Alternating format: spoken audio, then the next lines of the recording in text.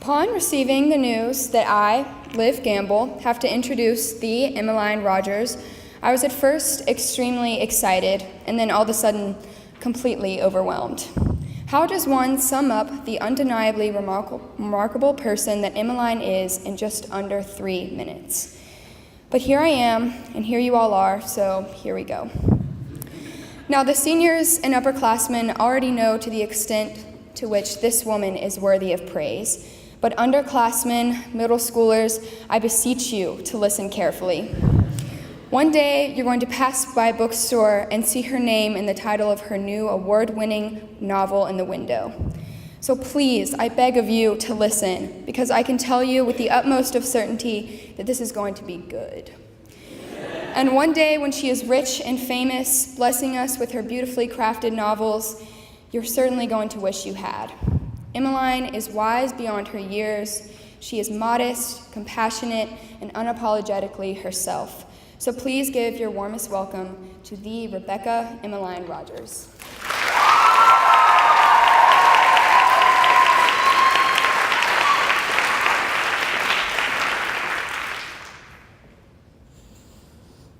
I think my parents have finally gotten used to my attempts to kick them out of the house.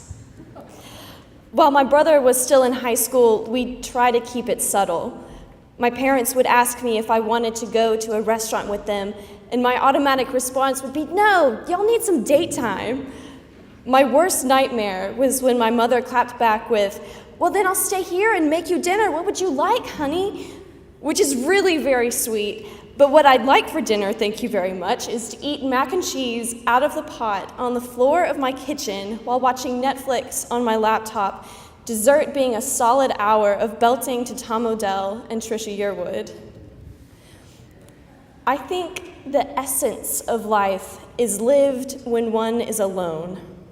At least, the essence of life where one gets to know oneself.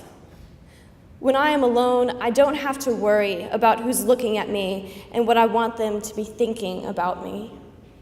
When I'm alone, I can do the twist to my favorite Beatles album or sit upside down in a chair, toes above my nose, while I recklessly read Harry Potter or Jane Eyre held directly above my face. When I'm alone in the car, I can drive with one arm out the window to feel the wind and listen to music louder than I should so I can't hear my voice singing along, but I can feel it in my chest. This is what writing is to me.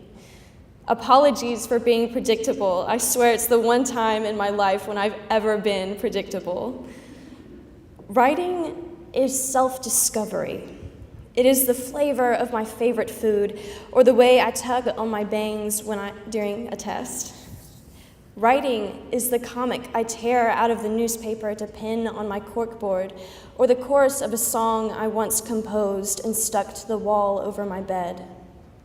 Writing is walking up and down the basketball court in my puffy winter coat, an overinflated ball in each hand, pounding them against the floor to warm up the leather before practice. Writing is pulling over in my neighborhood in the middle of a heavy summer downpour, tucking my car keys into my shirt and walking out into the waves of water just to see what it feels like. That is who I am. I in the sweat and warmth between two palms as people hold hands to pray, the overly sweet taste of my sugar croissants on some Saturday morning, the beat of typewriter keys late at night, the echo of a piano in an empty house. Writing isn't about telling a story. It's not about copying down what someone said or what she meant by saying it. Writing is about recording feeling. In order to write a good story, one has to be unafraid of experiencing life. I can only write about what it feels like to play a basketball game with a bruised tailbone because I've done it. I can only write about what it feels like to watch snow falling outside my hotel window in thick, wet flakes that we don't get in Memphis because I've seen it. I can tell you what the light looked like as it reflected off the ice back into the room through the open curtains. I can tell you what the armchair felt like under my thighs and about how I finally gathered up the courage to go to the window and place my bare stomach against the glass like my aunt always dared me to do every time it snowed. What I'm trying to say is, you can't write about life without having lived a little bit. That entails making mistakes, crying in the car after basketball practice or in the shower after a hard day. It entails burning the pizza the second time you ever babysit or accidentally saying something cruel and making your friend cry in the bathroom. It entails being lonely and heartbroken and regretful. But this is the crux of life. This makes memories. It makes an identity because as you feel all of these things, you discover who you are in response. So I say to you, open a window in the middle of a thunderstorm so your house smells like rain. Bake more cookies than you need and sneak some in your friend's locker. Write a letter to yourself 10 years from now and leave it in a drawer that you never look in. Go chase a sunset all the way to the river with your car windows down and the music up. Look through the old photo albums of your baby pictures or take a bath and read a horror book. Sing too loud in the shower. Cry too violently during a sad movie. Pay for your date's ticket and wear clothes that make you feel beautiful. Don't be afraid of being alone. Be afraid of the dark and race up the stairs after you've turned off all the lights downstairs. Painstakingly record your memories. Then paint your room 4 different colors, 1 for each wall, then 2 more colors for each window frame. Sit in a coffee shop and draw someone you see, and before you leave, hand them the picture without writing your name on it. Go for a run in the Memphis heat just to see how much you'll sweat. Write something sweet on a sticky note and leave it in a mirror for someone else to find. Take the long way home to listen to one more St. Vincent song. Laugh because it's a waste of time not to. These are the pieces of my story.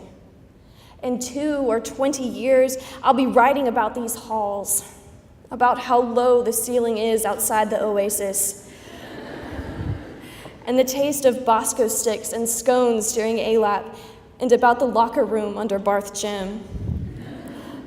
I'll be writing about my wonderful class and the way we could have a Thanksgiving-style buffet in the den every day and still have room for Chick-fil-A chicken biscuits, or how we stand up for each other when one of us gets hurt, or how we should have won the cheer competition at Derby Day ever since we invented Butter Than You. I'll be writing about chapel and how much I loved sitting in the balcony because I could hear everyone singing. And I'll be writing about singing along to La Vie Boheme in the green room before a show, or that time we played tug of war at a basketball practice a year or so ago. I'll be writing about how the underclassmen daily astound me with how amazing they all are in their own unique ways. I'll be writing about standing here, wearing a dress my brother picked out and a pair of my mother's old shoes. I'll be writing about my favorite chair in the library by Coach's room and how this school has shaped who I've become. Wait for the book. You'll be in there, even if it's just in the way I shape a sentence. I have been lucky enough to be alive at the same time as all of you. Thank you for supplying me with story.